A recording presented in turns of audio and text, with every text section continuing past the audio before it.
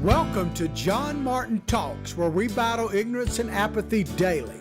The growing ignorance of just how special this experiment we call the United States of America is, and the apathy that we can't or won't do anything and everything to save her. Great show for you today, ladies and gentlemen. We're going to kick out of the gates with Queen Pelosi. Yes, Nancy Pelosi made news about her hair salon. Now we're going to talk about that a little bit. Her violation of the mask rule, the violation of California rules, the violation of basically the rules that she has set for everybody else. We're going to talk about that and her response to it, which you're just going to love or maybe hate, depending on how you look at it. And then we're going to talk about another Democratic leader, because Governor Cuomo of New York has threatened, in my opinion, we'll tell you the report and you make your own decision, but it sounds like he has threatened the President of the United States of America, and we'll tell you what that's all about. And then hopefully we'll have time to talk about Joy Reid. Miss Reid, what a joy she truly is. She is a talented person. She has managed to both insult MAGA people, in other words, Trump supporters, and Islamic terrorists, all at the same time in the same sentence, and that takes some talent. So we'll tell you what that's all about. But we start out with Queen Pelosi, man. I mean, Pelosi, she is the emperor. She's a dictator. She's a perfect communist.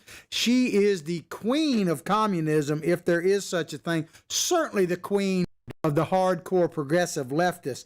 We're going to play this video. We played it first yesterday. It's fairly short, but what it shows, if you haven't seen it, you really need to see it. It happened a couple days ago out in San Francisco. Nancy Pelosi, the current Speaker of the House, who, by the way, just so there's clarification on this, there were some people debating me a little bit on Facebook yesterday, and I want to make a quick at least clarification, not really any problem on my part. I told you that if by inauguration day, which is what, basically the 21st of January, if the presidential race is still undecided, I'm not saying it will be, I'm saying if, that there would be an interim president, and that person would be the current, at that moment, Speaker of the House. So it could be Nancy Pelosi. I'm sorry, I'm not wishing for that, but it's simply a fact. It may not be Nancy Pelosi, because there may be, who knows, the Republicans might take over. But the reality is, whomever, if there is still a dispute and there has not been declared an electoral college win for either Joe Biden or Donald Trump, which I know, heaven forbid it would be Biden, but if there is no declared electoral college winner come inauguration day, whomever is the Speaker of the House would in fact be the interim president. So I was right. Sometimes I'd admit if I was wrong, but there was a troll coming on telling me how I'd, made a mistake and all that. And no, I didn't. I double checked it. Pretty sure I was right to start with, but I double checked it. So heaven forbid any of that happen. If you don't know what I'm talking about, go back and listen to our podcast of yesterday. The best way to do that is to go directly to John Martin Talks Facebook page, like it, share it with others. Check out our YouTube channel, spell it all the way out, John Martin Talks.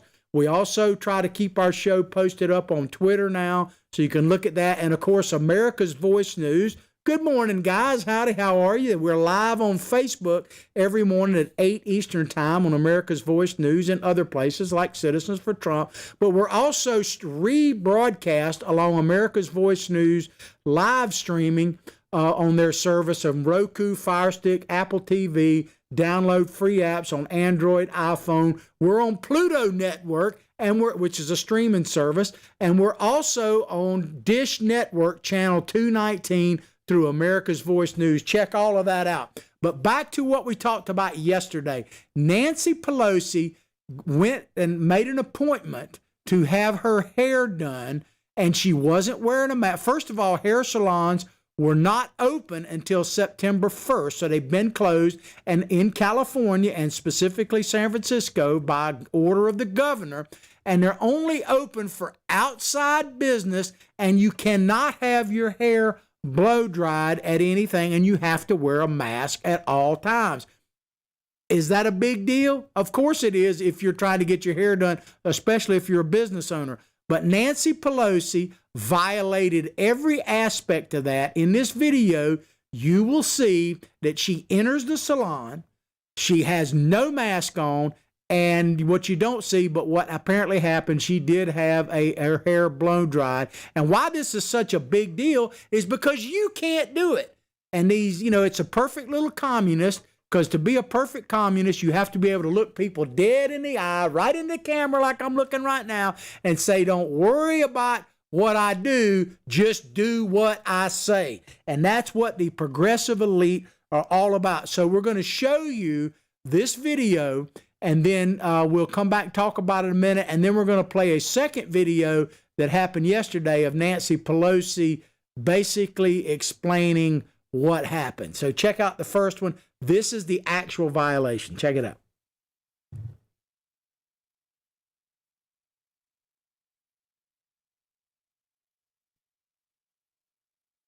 Okay, there's no audio in that because it's video only, but you see Nancy Pelosi coming in with no mask whatsoever.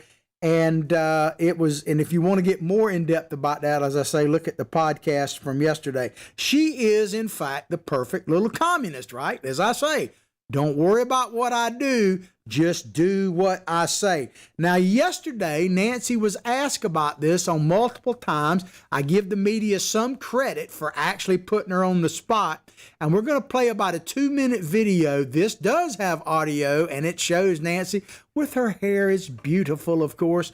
And she tells you how she was, quote, set up, and listen to whether or not she actually apologizes. And she has the audacity to talk about how we need to get businesses back open when it's the Democrats that are keeping them shut down. Anyway, without further ado, I bring you Queen Nancy.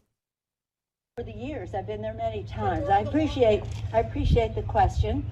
And let me just say this. I take responsibility for trusting the word of a neighborhood salon that I've been to over the years many times. And that when they said, well, we're able to accommodate people one person at a time, and that we can set up that time, I trusted that. As it turns out, it was a setup. So I take responsibility for falling for a setup. And that's all I'm going to say on that. Do you think you owe the service industry an apology? I just spoke to a San Francisco... Can we go back? I want to play the rest of that. Supports you, but he thinks you owe the service industry an apology. A fan of yours, he supports you, but he thinks you owe the service industry an apology. Well, I don't. I think that they owe, that this salon owes me an apology for setting up. But I will say this, in fairness to him and in sympathetic to him, we have to get our country moving again. And I will not let this subject take away from the fact that we have 180,000 plus people who have died from this virus. Since we passed the bill, more than half of those people have died since we passed the legislation. 4.6 million, I know, 4.6 million have become infected since we passed the legislation. I mean, there is so much in that video, but we're going to unpack a little bit about it. First of all, she was set up, right?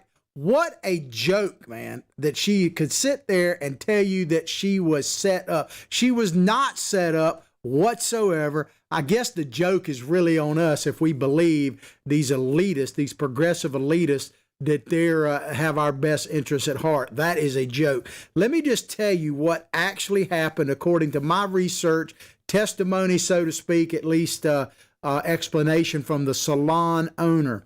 And first of all, Nancy Pelosi says she was set up, and she claims that they gave her instructions that weren't correct. That may, in fact, be true. I'm not sure about that. But what about the idea that ignorance of the law is no excuse, right? We've heard that time and time again over the years.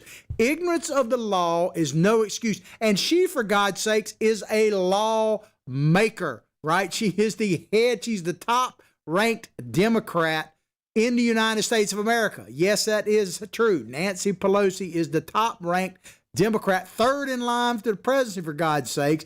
So ignorance of the law is no excuse. She knows full well that masks are mandated in California. I guarantee you she knows that salons just opened up. That's probably why she called them to start with, right? Now, to be fair to the owner who supposedly set this up, Nancy Pelosi called her personal, the way the salon works, and a lot of them work this way, there's an owner of the salon, and basically your contract employees, the beauticians, the hairstylist, that type of thing. So Pelosi contacted, I guess, a person who had probably done her before, and this person said, yes, come in.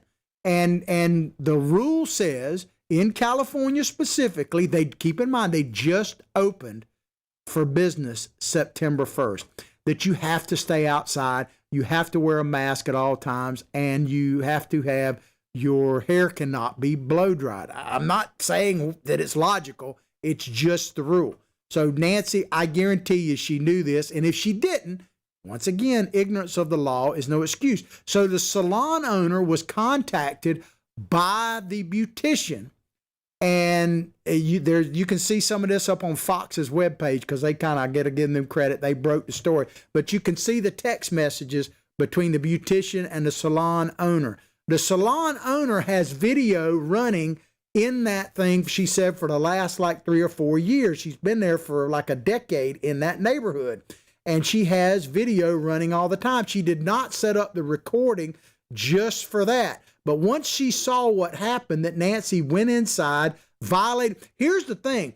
Even if Pelosi is correct about being allowed by the beautician to go inside, she didn't have a mask on. For God's sakes, the lady's 80 years old, right? And we know, talking about Nancy, we know that mask wearing, Nancy has mandated mask wearing throughout the halls of the Capitol in Washington, D.C. She knows the importance of wearing masks, at least she claims to, and she has the precondition, age, 80 years old, of a high-risk category. So if everything we're being told is true about the virus from these Democrats, then she should never be anywhere outside of her house without a mask on, right? She probably shouldn't even go to a beauty parlor, period, at 80 years old, okay? So this is all nonsense.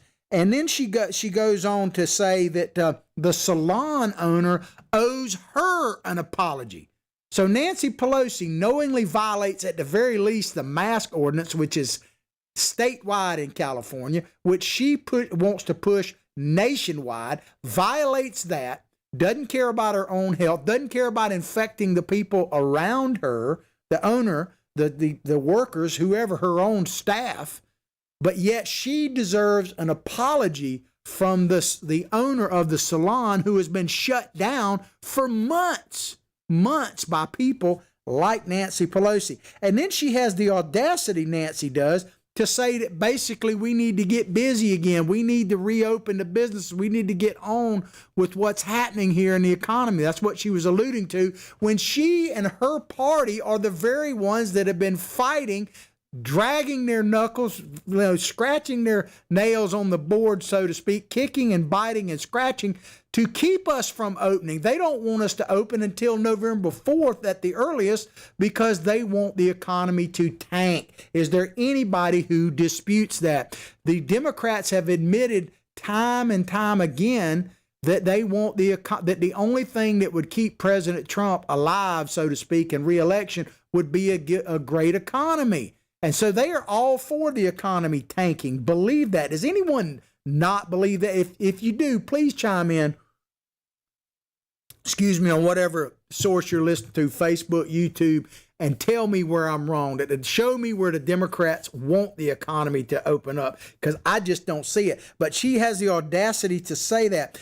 She doesn't. Look at this meme here. It'll kind of explain it all, man. Pelosi, no open meme, I call it. She doesn't want this country to open up because they're not through destroying it. And then she goes on, hopefully we can get that meme up, but she also talks about the pandemic, or the plandemic, as a lot of you listeners call it, and I'm starting to come around to you on that. She says that people have died. And she talks about, she has to get the official list there from her aide. She talks about all the people that have died, 180,000 plus, and the 4.6 million, I think she says, infected. And all of that may or may not be true. I'm not necessarily disputing that. But if true, as the Democrats are always saying, if true, I love that statement that came out last year, because then you could say anything you want. As I said, she's 80 years old, for God's sake. So if this plandemic is as bad as they claim, and let's just assume for conversation that it is,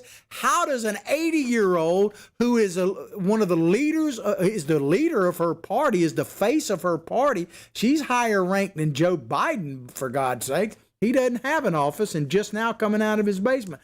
How does a person like Nancy Pelosi not wear a mask, let alone get away with it? Here's the thing you need. If she really believed that masks worked, why would she ever go anywhere without a mask? Forget whether or not it's getting your hair done. Her very life is at stake, and the life of others. If she truly believes that, to me, that's the biggest thing right there. That she, what did the owner of the salon or the person doing their hair just walk up and snatch the mask off of her? No, that didn't happen. She chose not to wear a mask. But no, you can't do it. Let me just tell you, it's all a bunch of BS. It really is.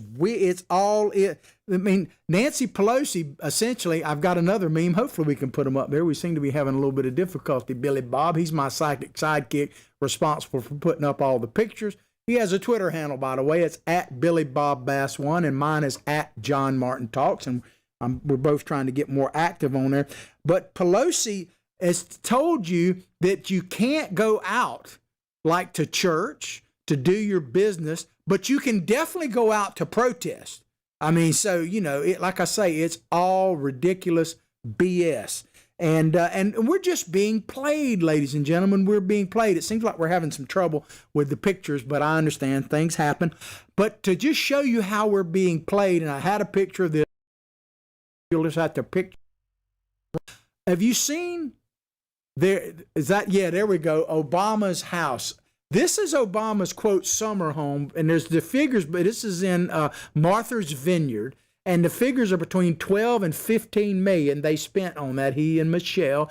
I don't begrudge them having this house. You wonder how they got that rich. Well, we know that's why she wasn't going to run for president or vice president, because they're making way too much money off of Netflix and everything else. But here's their home. Now, what is in front of that beautiful place? The ocean. The ocean. If they truly believed in global warming, climate change, and the rising sea levels, would they, and we only got 10 years before we're all dead, basically, like Ocasio-Cortez, if they believed even remotely any of that BS, would they spend $12 to $15 million on a home right on the ocean's edge? Really? So what you got to do is look at it. These are perfect little communists is what they are. And I'm starting to believe that the progressive wing, they're basically communists because they want to erase our history. They want to do everything. Let's put it this way. If it walks like a duck, quacks like a duck, it's a duck, right? Well, they're acting like perfect communists because they want to erase our history. We talked about that yesterday. That is the first step that communist dictators always do, is erase the past history. So the history begins essentially when they come in. And the biggest thing I keep telling you, and these progressive leftists like Obama and like we're seeing with Pelosi, you have to be able to look in the camera, look in the mirror, basically, look at the American people and say, don't worry about what I do, just do what I say. So, I mean, Pelosi can get herself trimmed up and everything else, but you can't. She can go without a mask, but you can't. What is it? Biden says that he wants to mandate everybody wearing a mask on day one if he gets elected. Obama says you better stop flying in your jets. You need to, believe in the Green New Deal. Oh, by the way, but I'm going to build a house right on the beach. So, just look at what they actually do and you'll get a better picture. But we are definitely being played. And they want to fundamentally change America. We start hearing that from Obama when he was running. Fundamentally change America. Let me translate what that means. Fundamentally change America means taking the Constitution and doing just like Nancy Pelosi did with the State of the Union speech. Just it is in the way. The Constitution is in the way. They want to erase our past. That's why the commission in D.C. By the mayor there wants to take down the Washington Monument. That's why they even destroy anything that would make Black Americans feel good about the country, like destroying Frederick Douglass's statue, those types of things, because they don't want African Americans or people of color to have any reason to love this nation. They want to pit against each other. That's what's happening in America right now. If you can't see it, you need to wake up. Wake up, because they are trying to fundamentally change us because they want us to be a communist country. Yeah, I said it. And without evidence, there's plenty of evidence right there. I just gave you tons of evidence. And you better wake up, man, because I'm going to play a video right now of who could, God help us if it comes true, could in fact be the next president of the United States if we don't wake up. Check it out. In major cities across the United States. I'm just not seeing the reporting on it that I Right, had that's right. for the first few weeks. That's right. But they're not now- going to stop. They're not going to stop. And they're not, this is a movement, I'm telling you. They're not going to stop. And everyone beware, because they're not going to stop. They're not going to stop before Election Day in November, and they're not going to stop after Election Day. And that should be, everyone should take note of that on both levels, that they're not going to let up, and they should not. And we should not. Wow. That, ladies and gentlemen, could be your next president of the United States, either de facto or for real. Kamala Harris, and pay close attention to what she said. She's talking about the demonstrations, which basically are rioting and looting in the street. There are no more peaceful demonstrations. If you think you're there for peace, go home, because that's over. Your peaceful march has been taken over by violent left-wing extremists. But Kamala Harris tells you right there, and that's one thing I tell you about these progressives, take them at their word, that the rioting, the looting, not only is going to continue before and after the election, but it should continue, and it has her full support. She says it should never stop. So if you're wondering if it's going to get better or worse, depending on who in the president, it's never going to stop. They're not going to stop it. We're going to have to stop it. And the first step in stopping it would be an overwhelming election for Donald Trump and a red wave, basically, that washes all of these never-Trumpers and the Democrats out to sea. And maybe they can hang out in front of Obama's beach house or something. But never stop is a very key point, because I'm telling you right now, progressives never stop. You know, sometimes people win. Conservatives, we rest on our laurels sometimes. The progressives never do that. It's always extreme. Just look what's happening out in Portland now. Their best friend of the Antifa and Black Lives Matter and all that rowdy, ridiculous bunch out there has been Ted Wheeler, the mayor of Portland. And now they going and basically setting his house on fire. It's never enough. Never enough. All you got to do is look at progressives, where they want to take us. They take abortion from being safe, legal, and rare under the Clintons to off with his head after we have a conversation if the baby's born alive.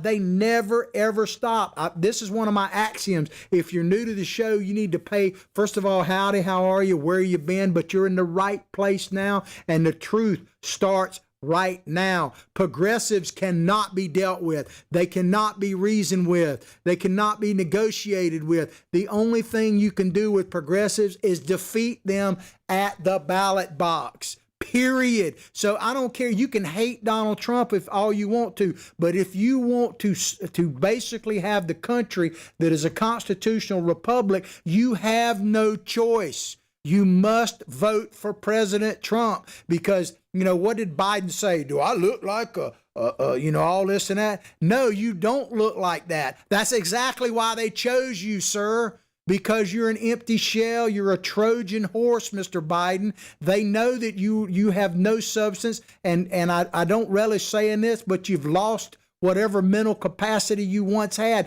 Watch the man actually speak. Don't watch the coverage or the news. Watch his actual speeches as he is campaigning now, coming out of the bunker, and you will see that the man, love him, hate him, whatever, he's a shadow of his former self. He truly is an empty vessel. And that's why they picked him, because it is, Vice President Pence summed it up greatly. Joe Biden is the ultimate Trojan horse because he looks like friendly, couldn't do any harm, but he's bringing with him Pelosi, the squad, as I call them, the Twitter twats, Bernie Sanders. He's bringing outright communism in the gate with him. It is at our doorstep, and they will never, ever stop. We have to defeat them at the ballot box in an overwhelming way, period. We got to man the political ramparts, as I continue to tell you, or we're going to have to man the real ones again, and that would be a dadgum shame because the price has already been paid. But Thomas Jefferson said we may have to pay it again. The tree of liberty occasionally has to be watered by the blood of patriots. I don't want to see that happen. We've already watered it enough, but it may require more if we don't stand up now. If not now, when? If you can't see what is actually happening, if you can't believe as they want you to, your lying eyes, it's not a myth, Jerry Nadler. Our cities are being taken over by left-wing thugs who don't even respect their own political leaders. So if they don't respect the Ted Wheelers of the world, then who do they respect? Nobody. Total anarchy. That's what's coming. And if you don't believe it, listen to this next story. We're going to move on. This is a Breitbart story, and it's just shocking. I say I can't be shocked, but for Governor Cuomo to say what he said yesterday does shock me a bit. I know he hates Donald Trump, but my God, to basically say the man might be killed if he comes to your city, and that's really what he said. Listen to this Breitbart story. Governor Cuomo, Trump army if he thinks he's going to walk down the street in New York. Governor Cuomo. Yeah, an army. So I guess the Secret Service is not enough. Governor Andrew Cuomo on Wednesday evening lashed out at President Donald Trump after he signed off on a memo ordering his administration, talking about Trump, to potential funding cuts to protest plague cities, including Democrat-controlled New York City. And so doesn't Cuomo have enough on his plate without threatening the President of the United States? I mean, he's already, like the one meme shows where, and this is real, Cuomo killed my mom. I mean, Cuomo put people in nursing homes knowing that it was going to be a death sentence for him. I'm just saying it like it is.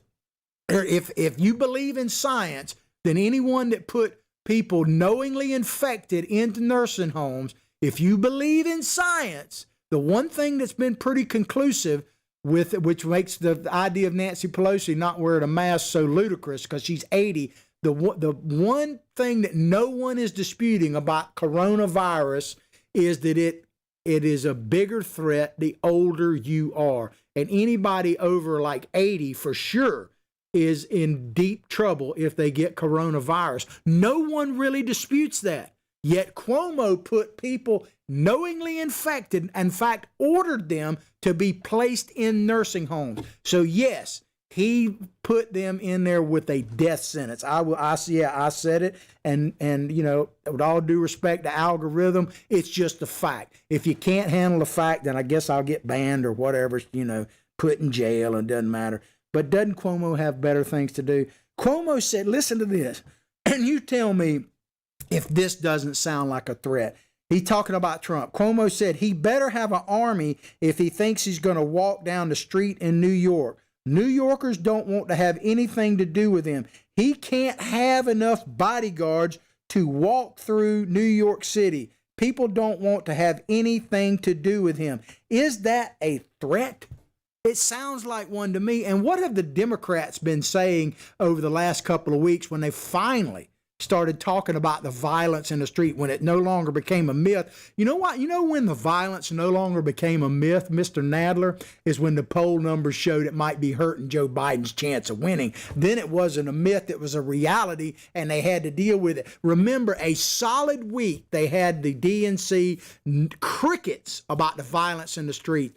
We have the RNC and Donald Trump making law and order a major focus, and guess what happened? All of a sudden, the Democrats now put their finger to the wind, and they smelled something kind of funny. They smelled like their campaign was stinking, and they started talking about the violence, and Biden came out the basement like Puxatani, whatever. You know, he saw his chances dying, and then what did they do? They blamed it all on Donald Trump, right? Yeah, all the violence on Donald Trump. They're burning down Ted Wheeler's condo in Portland, but that's Donald Trump's fault. And they keep saying that Donald Trump is instigating the violence, fanning the flames. Oh my God, what audacity. These people, like my wife's always saying, that we have no shame anymore. They have no shame whatsoever. Governor Cuomo is fanning the flames, talking about that Donald Trump basically could be killed if he walks down the street. Is that not instigating and fanning the flames? Of course, this has been going on the whole time Donald Trump's been president. I played, the video Maxine Waters just earlier this week from a couple years ago where she said, accost Trump supporters, make them not feel welcome within the gas station, the grocery store, get in their face. We've seen this. Cory Booker said a very similar thing. The Democrat, what did Nancy Pelosi just say? That people who support the president are enemies of the state. And Joe Biden just yesterday or day before, all this stuff starts to jumble up, when he was talking about the young man that was executed, and that's exactly what happened out there in Portland. Supposedly a Trump supporter was literally executed. Remember the video? Hey, we got one here. Bang! Killed him live on TV. And Biden, when asked about it, you know what he said? He said, well, that guy came and basically said that he instigated the thing, but whoever shot him should get whatever, and he kind of fumbled around because he can't say Antifa. He can't say the guy was executed. He can't mention Black Lives Matter. He says, well, whatever the process, prescribes, or some nonsense like that, man. The guy was executed. Whoever did it should be put up for capital murder charges. I mean, why can't you just say it? Because they're scared of their own supporters. That's one thing President Trump is not. He's not scared of his own supporters. But Biden is. But you can tell me, this has got me fired up. I mean, Cuomo went on and said, then cast doubt on whether cities could be funded for allowing what President Trump branded as lawless protests. So what Cuomo is pissed off about is that basically President Trump is saying that, hey, if you allow violent protests in your streets, destruction of property, don't come to the federal government, in other words, the taxpayers, to ask us to pay for your negligence. You're defunding the police, for God's sakes. And is it any wonder that police organizations are lining up to support Donald Trump? Because he's the only one out there respecting them right now. Biden sure doesn't. He said, oh, yeah, they should be charged. In that same statement I was talking about earlier, he just blanketly said, oh, yeah, of course the police should be charged. For what? We don't know yet. There's not investigations complete. One thing, I was thinking about this on my way into the studio today. All these cases, basically, of police officers, some of them white, some of them not white, shooting young black males particularly. If we just want to single it out, it doesn't happen as frequently as you might think, but let's just for the sake of conversation say it is happening too regular. And it is, in a sense. But what do all these cases have in common? There's one thing they all have in common, and that is that the suspect was resisting arrest in some capacity. And I'm not justifying necessarily a shooting or whatever, but in some capacity, the suspect was resisting arrest. If you don't, this is one of those moments when I tell people, if you don't get anything out of the show, get this. I don't care if you're innocent, guilty, or anything in between. If the police attempt to arrest you, do not resist, okay? Have your day in court. Do not resist police officers arresting you. That is a separate charge for a reason, because the moment you resist arrest, you escalate the situation and nothing good is going to come out from that. So that is one thing that all of these cases have in common. We can't get to whether they're guilty or innocent of anything because they knowingly committed a felony, which is resisting arrest. Don't resist arrest, and the chances of you getting shot are not very high. I'm just telling it like it is. But Cuomo stated it is more of the same from him, talking about Donald Trump and talking about us taxpayers not having to bail out the city of New York for allowing their streets to basically be taken over. It's more of the same, Cuomo said, for him. I'm talking about Trump. It's gratuitous and it's illegal. But I don't know about that part, but it's another attempt to kill New York City. So Donald Trump, who has spent his life building New York City, is in fact trying to kill it, according to Cuomo. Makes no sense. He says President Ford said drop dead about New York.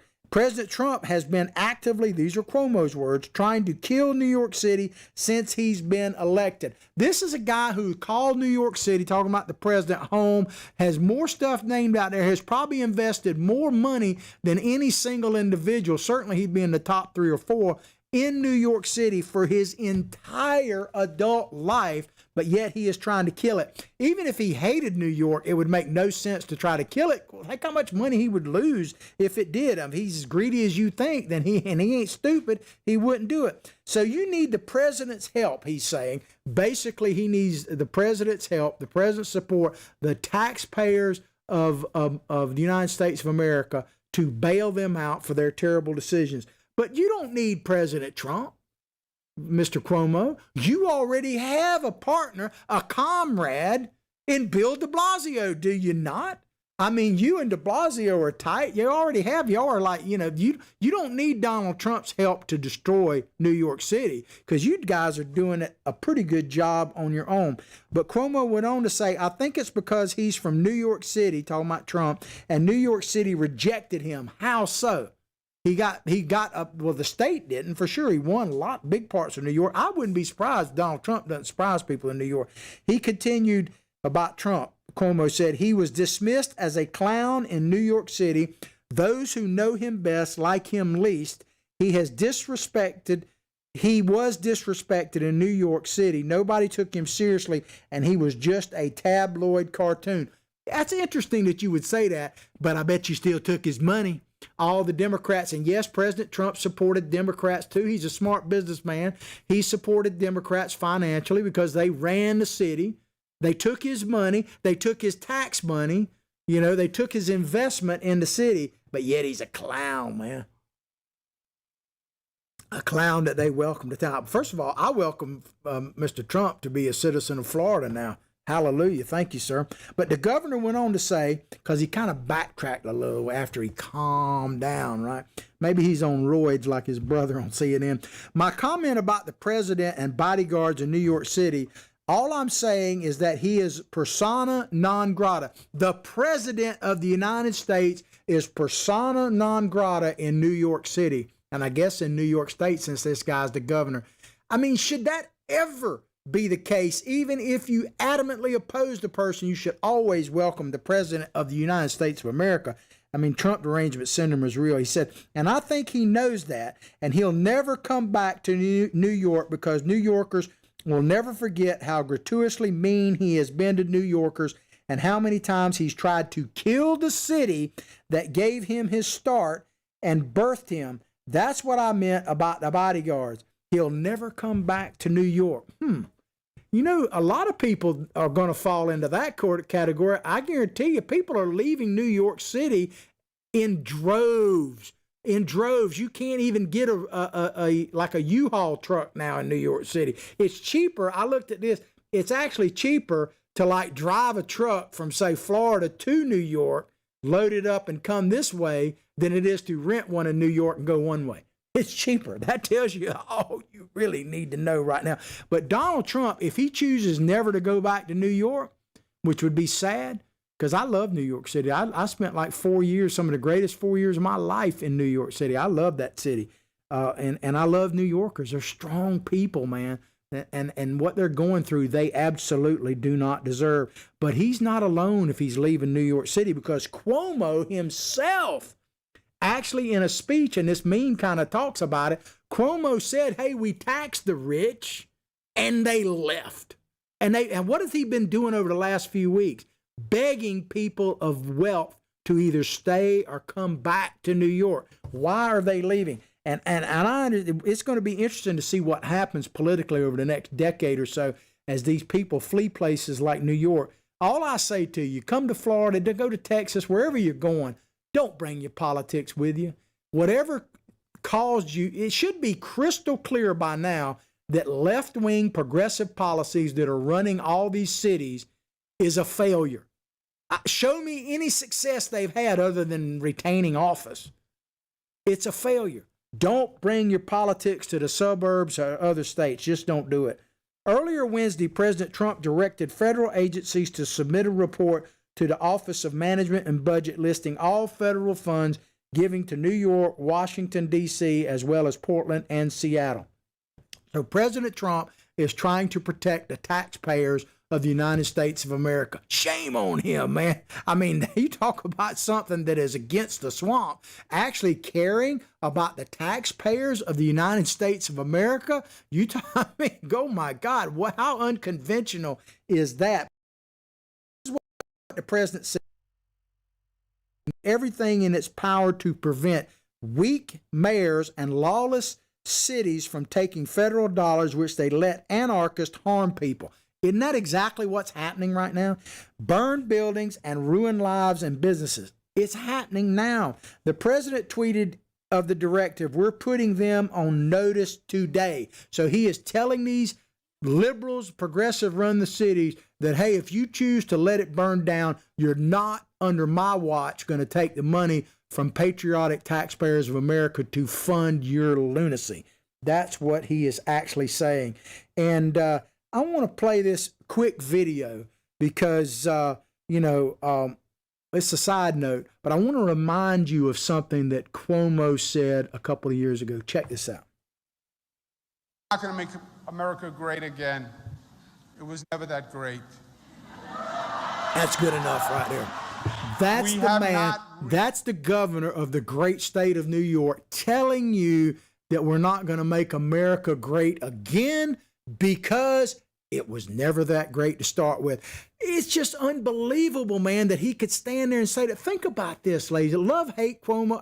I don't hate the guy in that sense, but if you look at his story, his family story, just his story of his family, it is a testament to the greatness of America. I'm not talking about him individually, but his family was a family of immigrants, and they rose to be power. His dad was governor. He was governor. His brother, love him or hate him, is one of the highest paid personalities in the country. Yet America was never that great. It was dadgum sure great to you, sir, and you should be just overjoyed with gratitude for this great country. But instead, you want to tear down, you want to destroy, you're letting them burn the city, that the Empire State, the Empire City, the greatest city in the world, bar none. New York was that and had been for over a couple of centuries. And now they're letting it be destroyed. And I'm telling you, it breaks my heart because I love New York City. It is one of the greatest places on the planet. It was, and some of the strongest people, period. We're talking about World War II, yesterday with what happened and Wilmington, North Carolina being designated like a heritage city. If you look at the history of World War II, some of the greatest fighters that came into the war and helped save this planet from tyranny, many of them came from New York City. Okay? And so for it to be falling apart, lying at Walker Streets, babies being shot in their dadgum strollers, it just gets me. And yeah, it was never that great. It won't be great if we keep electing people like Cuomo and if we elect the Trojan horse of Biden and Kamala Harris, man. All right, we got only a couple minutes left. I got to do this quick story here for you that here it's a Microsoft News Network. Thanks NBC News for meeting, calls on Joy Reid to apologize for Muslim comment. Joy Reid did something that is pretty difficult to do. In one sentence, she is a special talent, man. She pissed off Muslim terrorists and Trump supporters in one sentence. Here, the Council on American and Islamic Relations, otherwise known as CARE, thanked NBC News Wednesday for a meeting it said took place after MSNBC host Joy Reid compared President Donald Trump's supporters to Muslims, saying they were both radicalized in the same sentence. So the CARE had an issue about this. They tweeted out, the council tweeted out, "Thank you at NBC for meeting to discuss our concerns about at Joy Ann Reid's inaccurate, offensive remarks." Man, if she'd have just criticized MAGA, it'd been no issue, but she had the audacity to talk about Muslim Americans, especially Muslims of CARE, and they are terrorists. Yeah, I said it. I'm going to play a video right now. This is an oldie but a goodie, but you need to be reminded of this, because if it walks like a duck, quacks like a duck, it's a duck. And here is Ilhan Omar talking about the founding of CARE. Check it out. CARE was founded after 9/11 because they recognized that some people did something and that all of us were starting to lose. That's good enough. Access. So CARE was founded after 9/11 because somebody did something, and we're about to celebrate the anniversary of that. I don't know if memorialize the anniversary of that. Somebody did something like flying planes into the towers there in New York and tore them down, burned them down. Somebody did something. If it walks like a duck, quacks like a duck, it's a duck. And Omar is a terrorist, and so is CARE. Anyway, I hope you enjoyed the show today as much as I've enjoyed bringing it to you. Please go directly to John Martin Talks Facebook page, like it and share it with others. I forgot to mention our sponsor. I want to thank them, Big Daddy Unlimited, otherwise known as BDU. Look at the description of our show. If you want to try to help us, help the show, go to that sponsorship link and follow the directions there. You'll save on tons of stuff, Second Amendment and everything, guns, ammo. Check it out. I'll pray for your family. You pray for mine. Let's all pray for this great nation. But above all else, like I say each and every day, from my heart, from my family to yours, have a blessed day.